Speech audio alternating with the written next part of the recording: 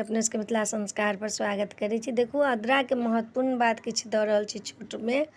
अब ये तऽ नहीं किछु तैयो अहाँ सबके कनि बता रहल छी। देखियो आद्रा जे छथिन से ब्राह्मण छथिन, हुनकर ब्राह्मणी छनि, गरीब छथिन, तैयो मृगशिरा दिन गाय चरा कऽ अनलखिन हँ। तऽ ओहि गायके एते दूध दुहलखिन आद्रा के दिन। आद्रा जे नक्षत्र चढ़ैया, आद्रा नक्षत्र होइ छै, सब नक्षत्र होइ छै, तहिना आद्रा नक्षत्र होइ छै।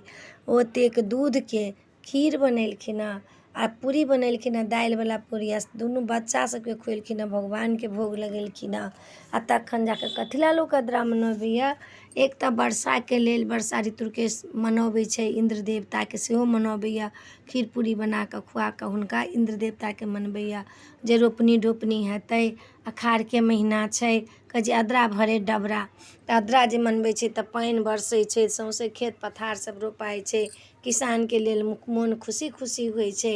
आ आद्रा मनायब जे अहाँ सब तऽ अहाँके बच्चाके बाघ बिच्छू बिढ़नी पिचोहिया ई सब काटऽके नहि रहै छै। ग्रह कटै छै, आद्रा लोक मनबै छै तऽ धियापुता बाल बच्चाके ग्रह कटै छै। दोसर धानसँ घर भरल रहै छै। आद्रा मनेबै अहाँ तऽ अहाँके खेतमे अन्न बड्ड उपजत। अहाँके खेतमे जे रोपबै जे रखबै से अहाँके उपजत। कथी लए? देवता छथिन आद्रा। आद्रा देवता छथिन, इंद्रके लोक मना कऽ आ तखन ई आद्रा मना कऽ खीर पूरी लोक खाइए।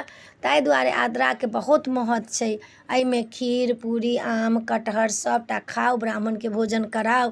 कतेकके पातरो पड़ै छनि भगवतीके, ब्राह्मणके भोजन कराउ, कुमारि बटुकके खुआउ। आद्रामे बहुत महत्व छै, ताहि लऽ कऽ आद्रा अपने सब मनेबे करू। तऽ आद्राके इएह वीडियो छलै। नीक लागत चैनल सब्सक्राइब करब, लाइक करब, कहऽके नहि बिसरब। जय मिथिला, जय माता जी।